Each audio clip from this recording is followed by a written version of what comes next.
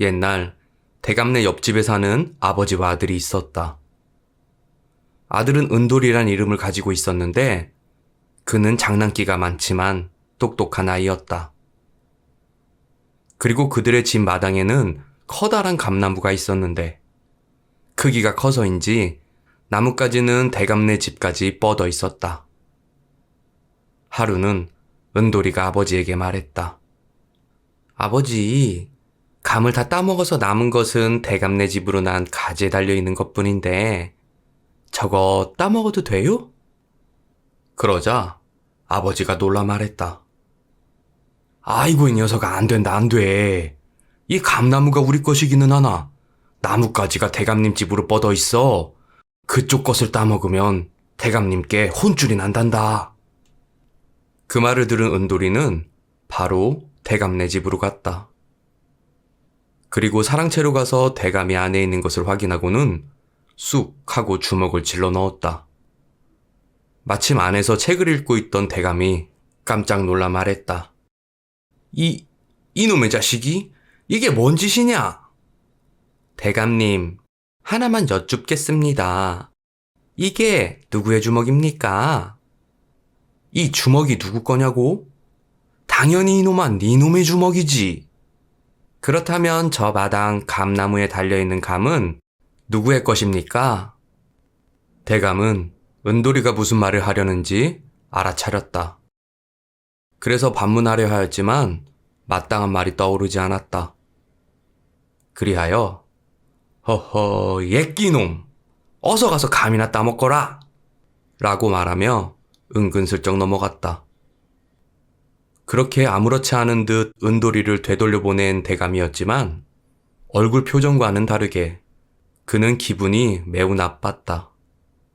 아까는 체면 때문에 그냥 어물쩍 넘어갔지만 계속 저리 놔둔다면 분명 자신에게 기어오를 것이라고 생각했다.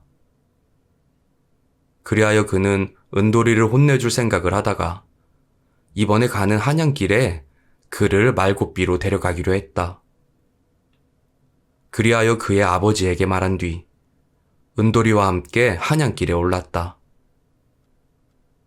그들은 가는 길 중간중간에 주막에 들러 밥을 먹고 잠을 청했는데 대감은 은돌이가 먹을 밥을 시켜주지 않고 혼자만 먹었다. 일부러 은돌이의 버릇을 고쳐놓으려고 벌인 짓이었다. 하지만 은돌이는 대감에게 밥을 달라고 말하지 않았다. 대신 주모에게 빌고 빌어 남은 찌꺼기들을 얻어먹었는데 먹으면서 이 일은 언젠간 꼭 갚아주어야겠다고 생각했다.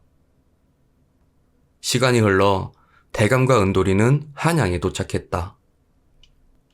대감은 은돌이에게 말했다. 이놈아, 한양에서는 조심해야 하는 거 알제? 여기는 눈 감으면 코 베어가는 무서운 동네다. 그러니까 어디에도 가지 말고 말이나 잘 지키고 있거라. 그는 그렇게 말하고는 혼자 밥 먹으러 주막으로 향했다. 은돌이는 화가 났다. 벌써 며칠째 주막에서 밥을 빌어먹는 처지였지만 오늘은 대감 혼자 밥 먹으러 가버리니 주모에게 밥을 얻어먹을 수도 없었다. 머슴들도 일을 시킬 때는 밥을 먹였는데 이놈의 대감은 당최 그럴 생각조차 없으니 그리하여 속에서 열불이 난 은돌이는 지나가는 말장수를 불렀다. 아저씨, 이 말 사지 않을라오? 대신 말굽비는 요렇게 사선으로 딱 잘라가지고 말이오. 그렇게 하시면 내 싼 값에 이 말을 드리겠소. 싼 가격의 말을 판다는 소리에 말장수는 기뻐하며 은돌이가 잡고 있던 말굽비를 칼로 잘랐다. 그러고는 돈을 지불하고 대감의 말을 가지고 떠났다.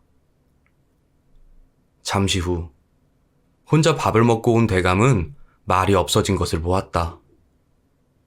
그리고 바닥에 요상하게 엎드려 말굽비만 쥐고 있는 은돌이를 보았다. 이놈아, 지키라는 말은 대체 어디다 놔두고 너 왜 이렇게 길 한복판에 엎드려 있는 거냐? 그러자 은돌이가 말했다.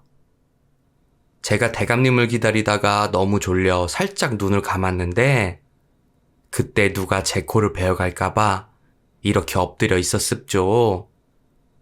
근데 아니나 다를까 누가 칼로 말굽비를 잘라서 말을 가져가는 것이 아니겠습니까? 그래서 말리려 했지만 제 코도 베어갈까봐 이렇게 그냥 엎드려만 있었습니다. 대감은 기가 막혔다. 분명 머리가 좋은 은돌이란 녀석이 자신을 놀리는 것이 분명했으니까. 그리하여 너무 화가 나 옆 가게에서 종이와 붓을 빌려 서신을 썼다. 그리고 은돌이에게 쥐어주려 했으나 도중에 몰래 훔쳐볼 곳이 분명했기에 아예 등짝에다 딱 하고 붙여버렸다. 내가 급히 전할 말이 있으니 너는 곧바로 우리 집으로 가서 이 서신을 보여주거라. 대감의 말에 은돌이는 그 길로 고향으로 향했다. 은돌이는 가는 중간 주막에 들러 옷을 벗고 뒤의 내용을 확인하고 싶었다. 하지만 가기 전에 대감이 보지 말라고 신신당부했기에 애써 참았다. 그런 것은 소인배들이나 하는 짓이라고 생각했기 때문이었다. 헌데 주막에서 묵고 있던 한 스님이 은돌이를 보고 말했다. 자네 대체 무슨 죄를 지은 건가? 등에 있는 글을 보니까 집에 도착하면 멍석에 말려 몽둥이로 맞아 죽겠구만. 은돌이는 놀랐다. 그리하여 스님에게 뒤에 무슨 내용이 적혀 있냐고 물었다. 가만 보니 크면 아주 나쁜 놈이 될 싹수가 노란 녀석이다. 그러니 집에 도착하면 멍석에 말아 개패드 패거라. 그렇게 해서 못된 버릇을 고쳐놓거라. 이렇게 써있네만. 은돌이는 기가 막혔다. 그리하여 종이와 붓을 빌려와 스님에게 내밀며 말했다. 스님, 제가 말하는 대로 이 필체를 본따 글 좀 써주십시오. 그렇게만 해주신다면 이 돈을 다 드리겠습니다. 그러고는 스님 앞에 말판 돈을 내놓았다. 스님은 필체를 베껴가며 은돌이가 부르는 대로 써 내려갔다. 그리고 은돌이의 등에 붙여있던 서신을 떼어내고는 자신이 쓴 종이를 붙였다. 며칠이 걸려 고향으로 내려온 은돌이. 그는 바로 집으로 가지 않고 대감집에 들렀다. 집에는 많이 혼자 있었는데 은돌이는 자신이 대감님의 서신을 가져왔다며 뒤로 돌아 등에 붙여있는 종이를 보여줬다. 거기에는 이렇게 써 있었다. 참 싸가지 없는 녀석인 줄 알았는데 한양에 같이 가면서 은돌이란 녀석을 다시 봤소. 마음이 넓고 착한 친구였더군. 그러니 은돌이가 가는 즉시 셋째 딸과 혼인시키시오. 나는 한양에서의 볼일을 다 마치고 내려가겠소. 마님은 그 서신을 보고는 조금도 의심도 하지 않고 은돌이와 셋째 딸의 혼인을 준비하였고 며칠 뒤 많은 사람들의 축복 속에 둘은 부부가 되었다. 그 후로 얼마 안 가 대감이 집으로 돌아왔다. 그리고 은돌이와 자신의 셋째 딸이 부부가 되었다는 사실에 분노했다. 하지만 이미 동네 사람들이 다 보는 앞에서 혼인식을 올렸기에 다시 물을 수도 없었다. 그렇게 자신이 싫어하던 은돌이를 사위로 맞은 대감의 속은 나날이 타들어갔다고 한다. 이 설화에서 나온 눈 감으면 코 베어간다는 속담이 있죠? 이것은 말 그대로 사람의 얼굴에 있는 코를 날카로운 칼로 베어간다는 뜻일까요? 사실 이 속담은 임진왜란 때 만들어졌다고 합니다. 이순신 장군의 활약으로 일본군이 많은 전투에서 패배했고 그로 인해 도요토미 히데요시가 일본군의 사기를 높이려고 조선인 병사를 죽이고 코를 베어보내라는 명령을 내렸다고 하는데요.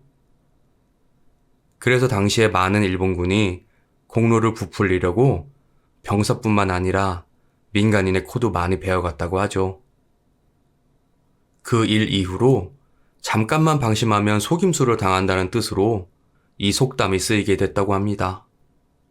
우리네 조상들의 아픔이 담겨 있는 참 슬픈 속담이라고 생각됩니다.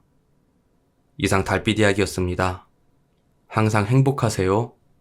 감사합니다.